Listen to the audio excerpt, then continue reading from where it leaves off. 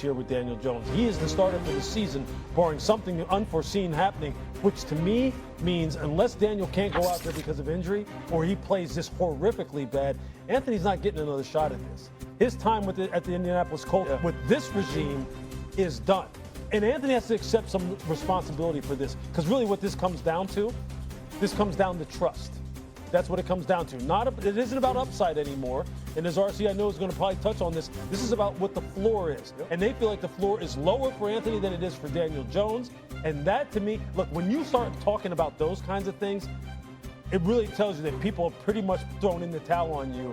And I hate to see that for someone who they invested so much in terms of draft capital. The thing for me is he clearly lost all support in the building, right? In order to be drafted number 4 overall when you only have 13 starts, when you don't have some of the statistics we see from the C.J. Strouds and the Bryce Youngs and the Jayden Daniels, is somebody had to stand on the table and say, we believe that this guy can become a franchise guy. And if I'm Shane Steichen, if I'm Chris Ballard, I believe that we have the developmental people inside the building, the structure to get him there. So that means you gave up on that at some point. And it wasn't the fact that he can't throw it as far. It's not the fact that he can run as fast, because he can still do all of those things. So it's something intangible that you saw that you don't feel like he can improve in the way you want him to improve. And the decision you're making is this. We know who Daniel Jones is. Daniel Jones is not going to be a star. Daniel Jones is not going to be an all-pro player. Daniel Jones is not going to be that dude that Quenton Nelson is asking for that they lost when Andrew Luck retired. But what you're saying is, at least I know what he's going to be. At least I know I can strategize this way. I can scheme this way, and he can do that. But to me, that's running away from coaching. And what has Anthony Richardson done to push these people away from coaching? Because you see that he has the upside, he has the ceiling, so there's something about him that tells you that he can't reach it there. They are done with Anthony Richardson. They will not play him, and that's why they said this ain't short term. He's lost it forever. Stephen A.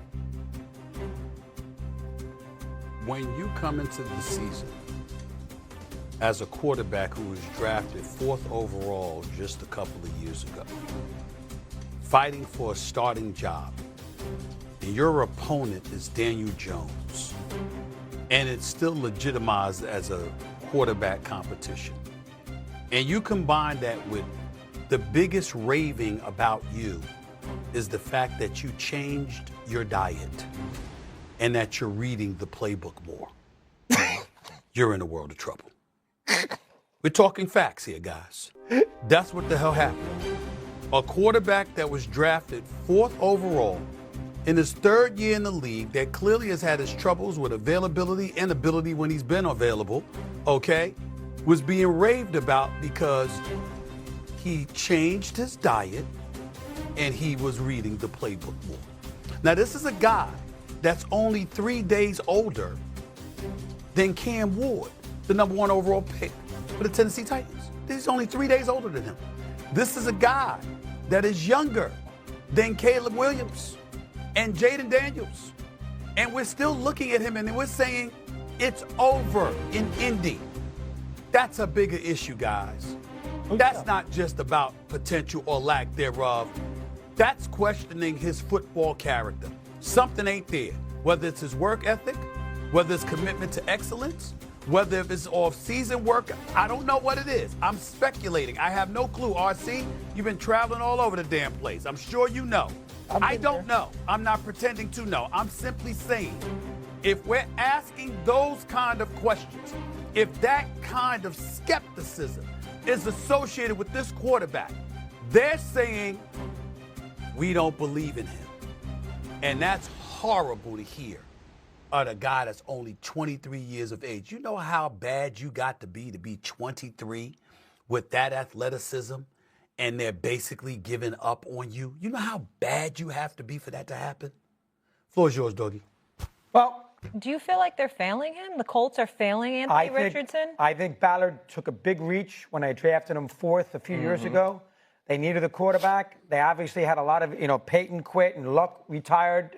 Peyton quit. He was injured. He went to Denver. Abruptly. Luck retired. I mean, they have been looking for a QB for a long time. Steichen had done a great job with Hurts. So they figured they'd get a guy like Richardson, who a running quarterback, came out of the, laying the weeds, only made 13 starts at Florida, so they took a reach.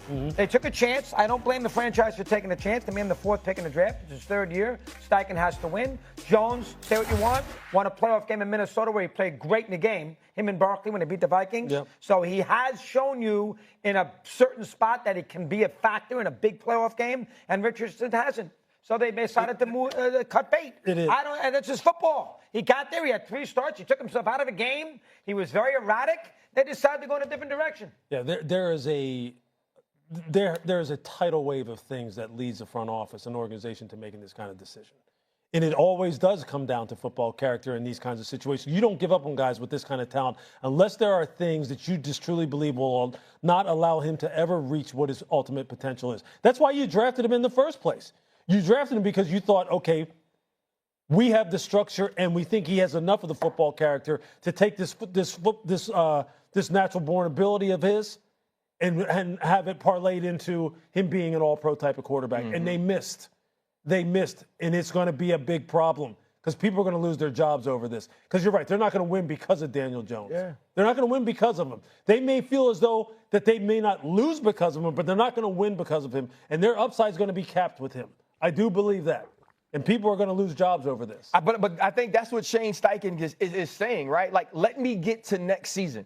That Anthony Richardson is not our guy. Whether Anthony Richardson can't learn it, whether Anthony Richardson refuses to learn it, whether Anthony Richardson refuses to work on the mechanics that make the easy throws, whatever it is, he's doing something where they gave up on him. And when a quarterback fails, for the reasons you could have predicted that he would fail, to me, that's on the organization.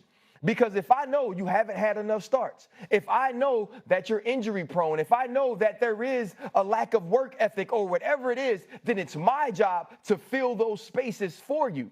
And Shane Steichen, who worked with Justin Herbert, who worked with Jalen Hurts, they expected him to be able to do that. What he's saying right now, and Coach Tomlin talks about this all the time, what he's saying right now is they've tried everything and they are no longer running to coaching. They're pushing themselves away from it to know what they could do with Daniel Jones, who they feel stability with. RC, I'll push back on you on this one point. You're mentioning a lot about coaching. The person to keep your eyes on is Ballard, the GM. I know that Andrew Luck abruptly retired. Nobody saw that coming. But that was in 2018. This man has had 6 years to figure this out as the GM of this team. And I'm looking at this guy, Jacoby Brissett, Phillip Rivers, Carson Wentz, Matt Ryan, Anthony Richardson, and now Daniel Jones. He will be the 6th different Week 1 starter for the Indianapolis Colts in the last 7 years. It's hard to survive. I mean, at some point in time, you are the executive. Yep. You got to figure this out. And it ain't like this happened last season. This was in 2018. You got to figure this out. You got to find your team a quarterback. That's Ballard. And the thing is this, Anthony Richardson, this is on you. You know what the book is going to be on you from the Indianapolis Colts. If you didn't work hard enough, you better work harder. If you didn't show up early, you better show up early. If you didn't stay late, you better stay later. There's going to be a belief about you that you cannot get this done because of your football character and who you are, not how talented you are. And if you ever want to change that and get a job, you better work on it right now in this backup role to show them that you can be more than you were away from the field. That moment in Houston where he tapped out of that game, that was the end. Is something he's going to battle for the rest of his career. Yep. He's going to have to play so far and above the image that is burned into people's minds about what he did that game. Like, here it is. Yeah. I mean, look, I think we kind of like unanimously said this. In all of our history, we've never seen this happen before, a quarterback do that. He may do that because he's hurt, but not because he's tired. That is what he's going to be battling for the rest of his career. We'll leave it there. When we come back here.